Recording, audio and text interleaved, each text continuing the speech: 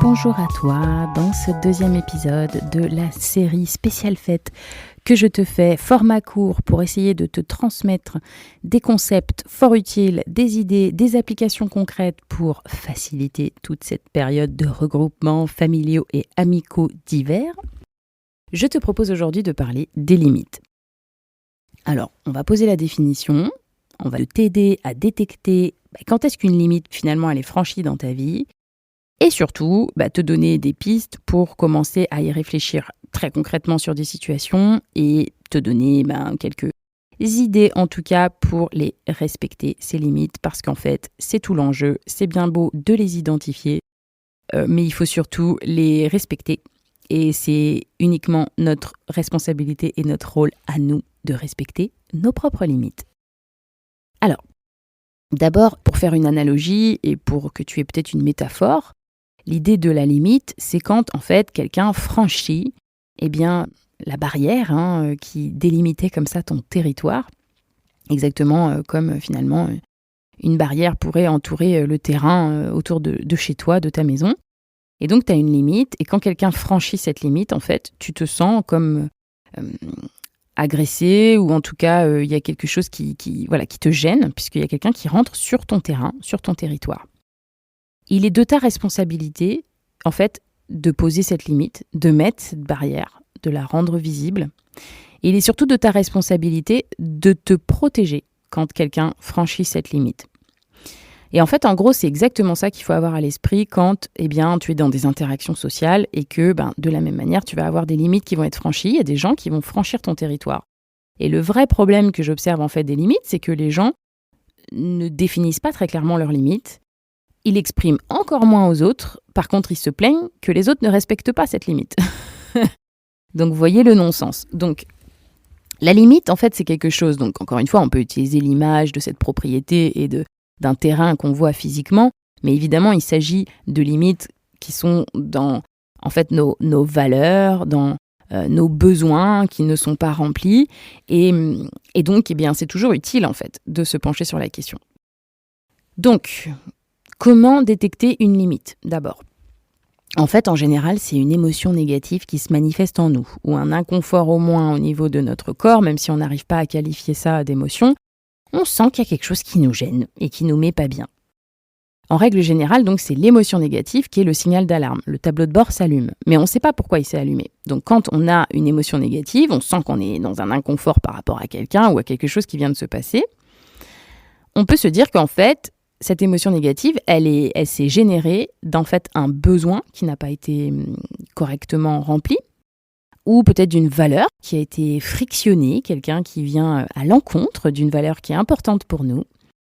Alors, les besoins, pour connaître la liste de nos besoins en fait qui se cachent derrière nos émotions, pour certaines émotions, en fait, nous avons des besoins cachés derrière. Et ça, c'est la CNV, la communication non violente, qui nous renseigne dessus. Et on a tout un tas de besoins, des besoins physiques, des besoins d'expression de soi, des besoins au niveau de notre tête, du mental, on a des besoins sociaux dans les interactions, on a des besoins spirituels, on a plein de besoins. Et souvent, on ne se rend même pas compte qu'on a ces besoins. Donc, dans ces besoins, encore une fois, il y a les besoins physiques, physiologiques même, manger, se nourrir, se reposer, ça c'est assez intuitif. Mais on a évidemment aussi d'autres types de besoins. Le besoin de respect, le besoin de sens, le besoin d'estime de soi. On a des besoins en lien avec les autres dans nos interactions sociales, encore une fois. On peut avoir des besoins de compréhension, de soutien, des besoins d'aide, des besoins de réconfort, un besoin d'appartenance à un groupe. On a besoin d'amour, on a besoin de connexion. Bref, on a beaucoup de besoins. Et donc, c'est intéressant pour toi déjà de te dire « Ok, je peux peut-être prendre une liste de besoins et voir quand j'ai une émotion négative qui se manifeste, en fait, est-ce que j'ai pas un besoin là qui en fait n'est pas rempli par cette situation ? Ou alors une valeur. Et là, évidemment, j'inviterai aussi toujours tout le monde à consulter en fait la liste un petit peu des valeurs qu'on trouve disponibles comme ça sur Internet et commencer à se dire mais quelles sont les valeurs qui résonnent avec moi ? Comme vous le savez, la vie, c'est pas une histoire de jugement de valeur. Donc, il s'agit pas de se dire si moi, mes principales valeurs dans la vie, ce qui est important pour moi d'incarner, une valeur que je trouve belle, que j'ai envie de porter toute ma vie et pouvoir me dire à la fin de ma vie que j'ai jamais trahi en fait cette valeur-là, eh bien, ça peut ne pas être les mêmes que mon voisin, en tout cas, parce qu'en général, on va avoir, on va dire, un top 10 avec même un top 3 au sommet de ce top 10. Et en fait, eh bien, c'est pas parce que moi, j'ai la valeur de la reconnaissance, de la liberté, de la famille, que quelqu'un qui a la valeur travail, engagement, et que ses valeurs à lui sont moins bien que les miennes, en fait. C'est juste qu'on n'a pas les mêmes valeurs. Et en tout cas, pas les mêmes valeurs prioritaires, qu'il est important pour nous là, plus important en tout cas d'incarner que d'autres. Et donc, nous sommes des individus différents, avec des besoins différents et des valeurs différentes. Et il faut bien comprendre qu'en fait, une limite en général, elle s'est actionnée par le moyen de signal d'alarme de l'émotion. En fait, elle va cacher un besoin ou une valeur, encore une fois, qui est frictionnée ou non remplie. Donc, on a cette image du territoire, on a ce besoin ou cette valeur qui n'est pas incarnée, qui n'est pas remplie. Qu'est-ce qu'on va en faire ? Donc, on est face à la situation et en fait, il faut s'imaginer qu'aujourd'hui, on a des limites autour de nous, mais comme c'est des limites, encore une fois, dans nos valeurs, dans notre tête, en fait, dans notre mental, dans notre intellect, eh bien finalement, c'est des valeurs que nous-mêmes, on n'a pas clairement définies. En fait, c'est comme si on avait des barrières qui sont complètement transparentes, qu'on n'a pas franchement signifiées aux autres, qu'on n'a pas franchement mis, et qu'on s'étonne que les gens viennent empiéter en fait sur ce territoire-là. Donc, la première chose à faire, c'est prendre conscience que c'est à nous de formuler, de formaliser parfois, et en tout cas au moins de prendre pour soi conscience de qu'est-ce qui est important pour nous, de quelles sont nos limites, de les formuler, en tout cas pour nous-mêmes, au moins à voix haute, pour voir si on est d'accord avec nous. Ensuite, en fait, la limite, elle est là, donc encore une fois, pour être mise, pour être placée, pour être rendue visible. Donc moi, je pense qu'il est toujours bon quand on sent qu'on est dans un dialogue, quand on sent qu'on est dans un échange constructif avec quelqu'un, pas quand on est au milieu d'un conflit, évidemment, mais on peut, quand on est dans un moment un petit peu d'ouverture, d'authenticité, de connexion assez profonde avec les gens, ou d'honnêteté, un moment où on est un peu apaisé, mais où chacun peut dire un peu ce qu'il pense, on peut signifier nos limites. On peut signifier à quelqu'un, voilà, moi, quand toi tu fais ça, voilà comment moi je le prends. Moi, quand toi tu fais ça, voilà comment moi je le vis. Donc c'est le moment où on peut exprimer, quand toi tu fais ça, moi, tel besoin n'est pas rempli, ou telle valeur vient être frictionnée, et voilà, j'ai pas envie en fait de me compromettre, ou j'ai pas envie de renoncer en fait à ce besoin-là, parce que c'est à moi de remplir mes besoins, c'est à moi d'incarner mes valeurs, c'est pas à toi de le faire. Donc ce que je vais te dire en fait, c'est que je vais prendre une décision pour moi, pour me protéger. Donc quand il se passe ça, voilà ce que moi je vais faire. Et voilà comment on exprime une limite. Encore une fois, on n'est pas obligé de l'exprimer. Ça peut être quelque chose déjà qu'on se formule pour soi-même. Et on se dit, voilà, là je comprends qu'il y a ça qui a été frictionné. Donc du coup, voilà ce que je vais décider pour moi la prochaine fois que je suis dans cette situation. On n'est pas obligé de le mentionner à l'autre, c'est-à-dire que par exemple, je vais prendre l'exemple, quelqu'un de ta belle famille qui vient sonner le dimanche chez toi sans jamais te prévenir. Elle te dit pas, elle passe, elle te dit pas. Toi, ça t'énerve. Tu trouves que c'est un manque de respect, ça ne respecte pas ton intimité, ton besoin de repos et voilà, d'être en famille. Et donc du coup, cette personne, tu le vis comme une intrusion. Pour l'instant, tu ne respectes pas ta limite parce qu'en fait, tu râles, mais en fait, tu ouvres la porte et puis tu laisses la personne venir et sonner et puis tu la laisses venir chez toi. Donc cette personne, à aucun moment, elle peut savoir que toi, tu as une limite qui a été dépassée. Donc, ce qui est de ton devoir, c'est de te formuler à toi-même. Voilà, moi, quand cette personne, elle vient, elle sonne chez moi et qu'en fait, je m'y attendais pas, je le vis comme une intrusion, donc la prochaine fois, je réponds pas. Donc voilà, l'action que je mets en place, ça peut être une inaction évidemment, mais c'est décider que je n'ouvrirai pas la porte en fait. Ça peut être quand quelqu'un hausse le ton ou parle avec trop d'insultes ou quelque chose comme ça, quelque chose qui nous dérange par rapport au respect qui est important pour nous. Eh bien, c'est de se dire, quand cette personne me parle comme ça, voilà, moi je quitte la pièce ou j'arrête de la conversation.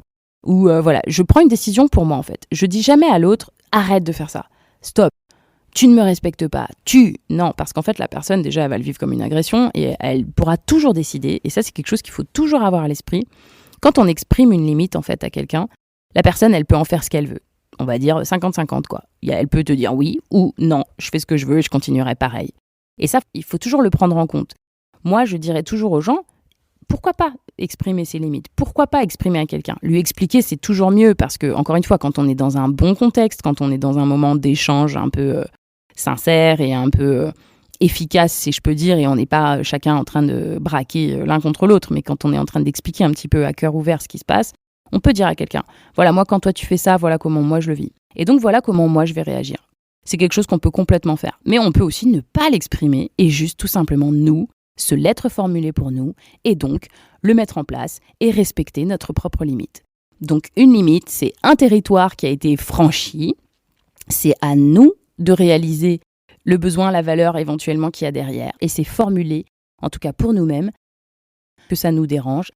Et ce que nous, on va faire individuellement, là, pour nous-mêmes, pour nous protéger. Nous sommes là pour nous protéger. Surtout nous, maintenant qu'on est adultes et qu'on a toutes nos facultés. Donc, c'est toujours utile de prendre conscience que peut-être des fois, ce qui va nous déranger dans nos repas justement de famille, c'est que nos limites en fait sont dépassées.